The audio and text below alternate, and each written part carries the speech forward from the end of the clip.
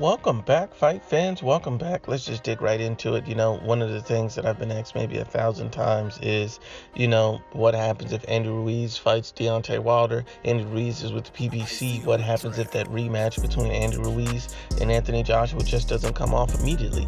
What happens if the unexpected happens and this fight were to happen?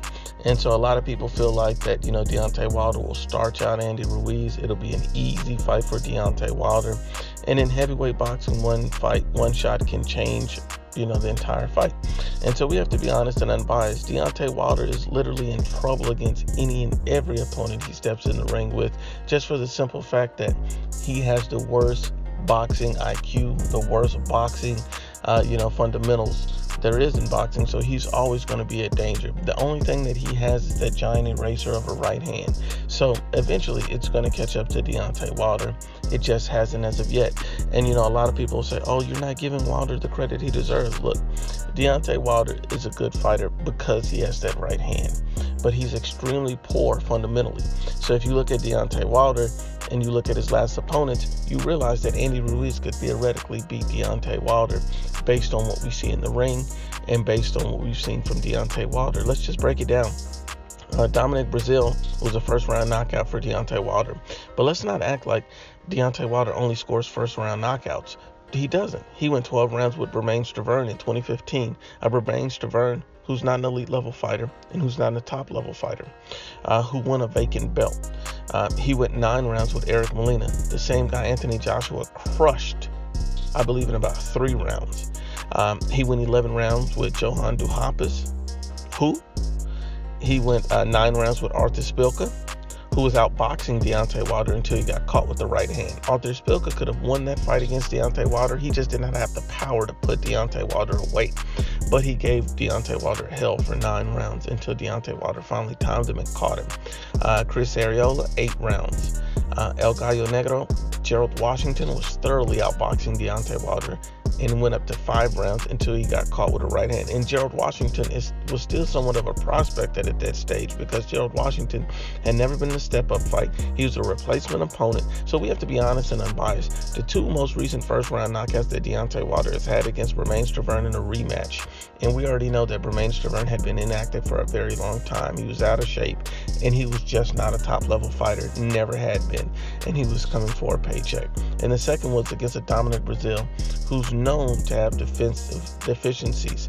And the last 2 fights prior to Dominic Brazil, Deontay Wilder went 10 rounds and 12 rounds. 10 rounds with Luis Ortiz, and old Luis Ortiz, and 12 rounds with Tyson Fury. See, at the end of the day, Deontay Wilder is made out to be this monster, this destroyer, and he's just simply not that. He's a guy who has to land a lucky right hand to escape with victories. With Tyson Fury, there was no reason he should have gotten a draw. That was a victory for Deontay Wilder. We all know that Tyson Fury got robbed in that fight. We all know Tyson Fury should be the WBC heavyweight champion. We all know, because these things are facts. These are things that we can see in the rings. Tyson Fury clearly won 10 rounds against Deontay Wilder. Go look at the tape. Go watch the fight again, because only a casual would believe Deontay Wilder won that fight. You are a casual to boxing if you truly believe Deontay Wilder beat Tyson Fury. There's no explanation for it. None. If you realize that Deontay Wilder's power is a bit overstated to some degree, because the 2 step-up opponents that he had, Luis Ortiz and Tyson Fury, got up from at least 1 of his right hands. Tyson Fury got up from 2, and Luis Ortiz got up from 1. And this is a 40-year-old Luis Ortiz. Everyone else on Deontay Wilder's resume is bums.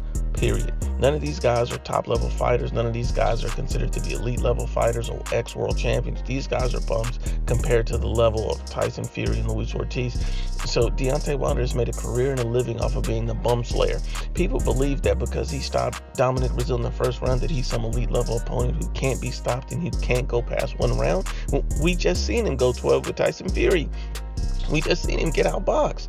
We just seen him get humiliated and almost stopped against Luis King Kong Ortiz in the 7th round. So the Luis Ortiz fight was probably his scariest fight, because Luis Ortiz just didn't have the power at that time. Maybe he was tired to put Deontay Wilder away. And so I think I draw a lot of similarities between Luis Ortiz and Andy Ruiz, because at the end of the day, a lot of people felt like Deontay Wilder fight should have been called off, similar to the Anthony Joshua Ruiz fight should have been called off because of the same thing. In the 7th round, Luis Ortiz had Deontay Wilder out on his feet. Deontay Wilder stopped defending himself. The fight should have been called, but it wasn't. They allowed Deontay Wilder to go to his corner to get a rest, and then he got an even extended rest. So at the end of the day, a lot of people worked in his favor for Deontay Wilder to secure that victory. Because if you look at the intangibles between Luis Ortiz and Andy Ruiz, Luis Ortiz is 40 plus years old. Andy Ruiz is 29 in his prime. Luis Ortiz is 6'4". Andy Ruiz is 6'2". So that's going to be interesting because, these guys, are similar in height, and they're smaller than Deontay Wilder, which makes it a lot easier to get under Deontay Wilder because he has poor fundamentals. All you have to do is keep a consistent jab in Deontay Wilder's face, and he has a hard time. And I think that's something that people seem to underestimate, because Dominic Breazeale didn't have a consistent jab against Deontay Wilder. Dominic Breazeale actually stunned Deontay Wilder when he started throwing wild. See, this is why Deontay Wilder is always in legitimate trouble of losing any and every fight he's in. So in heavyweight boxing, you can never count a guy out and say he's going to get starched or washed, because at the end of the day, they only need one punch. I think Andy Ruiz has a legitimate chance to beat Deontay Wilder. I think he can beat Deontay Wilder. He has the height, dimensions, and he has the hand speed that is proven to be elite. And you can say what you want about Andy Ruiz, but he does have elite level hand speed. We have to give that to him now because he beat an elite level fighter such as Anthony Joshua. He beat an Anthony Joshua who's a unified world champion. Anthony Joshua's not a trash fighter. Anthony Joshua's already beaten top level opposition. Anthony Joshua's already unified belts. Anthony Joshua's a proven elite level, top level talent. Regardless of what you think about him after the Andy Ruiz fight, Andy Ruiz beat a very good fighter. Therefore, Andy Ruiz has elite intangibles. Andy Ruiz is a special fighter, and some people believe he's truly undefeated because they feel like he was robbed against Joseph Parker. So I do truly believe that Andy Ruiz could theoretically beat Deontay Wilder should it come to that. But Deontay Wilder always has a chance as well because he has that right hand. But to say it's a wash, to say it's not close, to say it'll be a blowout, and say it'll be dominated is idiotic and only the statement of a fanboy. But once again, Unbiased as always, it's IBFP. Please share, like, and you must absolutely subscribe.